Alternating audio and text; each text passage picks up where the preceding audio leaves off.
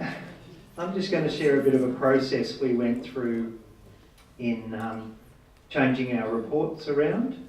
It's actually started at the end of last year. I think we went to a briefing about the new changes to the guidelines and everything, and it was sort of like, thank God, there's some open up some possibilities for our reports.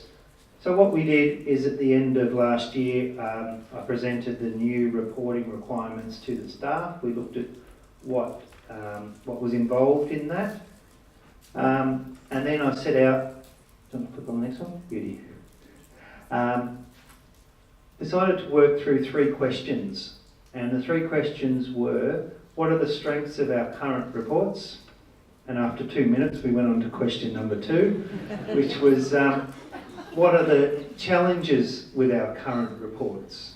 That took a little bit longer. And then the third question is we looked at a number of different types of reports.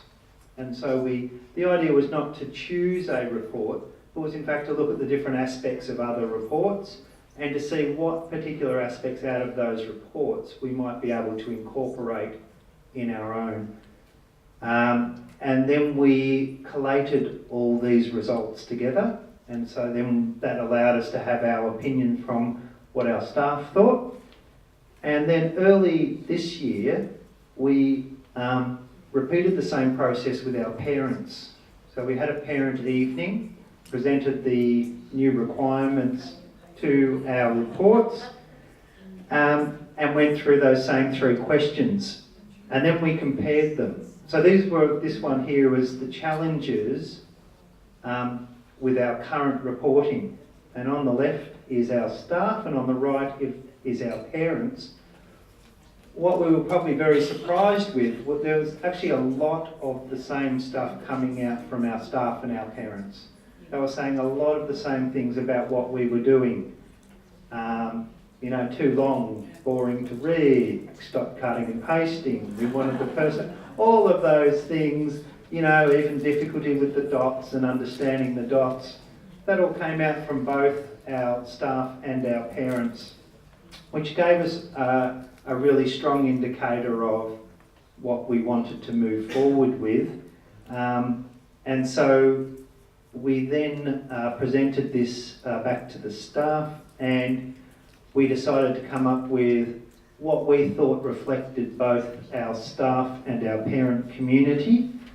And this is a very rough visual.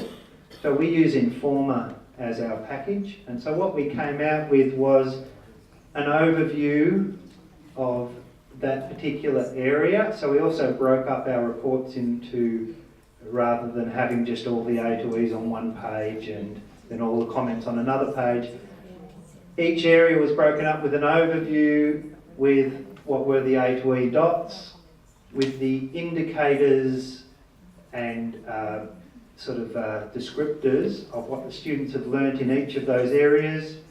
We also put in work habits for every area rather than just right across the whole board. And then a very brief comment of 1 to 3 sentences maximum for each area. And that is what we have put together. Now that required virtually all the staff meetings and PLTs from the start of this term, as well as the school closure day as well. And really it only became live for the teachers early last week. So they ended up on an extremely short timeline. If you want to just flick over the next one, Rochelle. So that was our school closure day, where our goals were to write the standards and skills for each area, to write the overview for each heading. These were placed on an Excel document, and then they were compared with other levels to make sure we had grade 4s were not reading to 10,000 and grade 6s were reading to 10. So we really want to make sure that it did flow on from each other.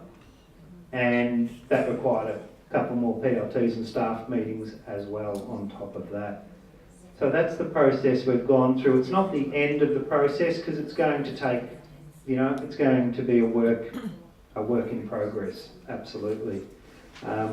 But we feel it's it's on the way and heading in the right direction.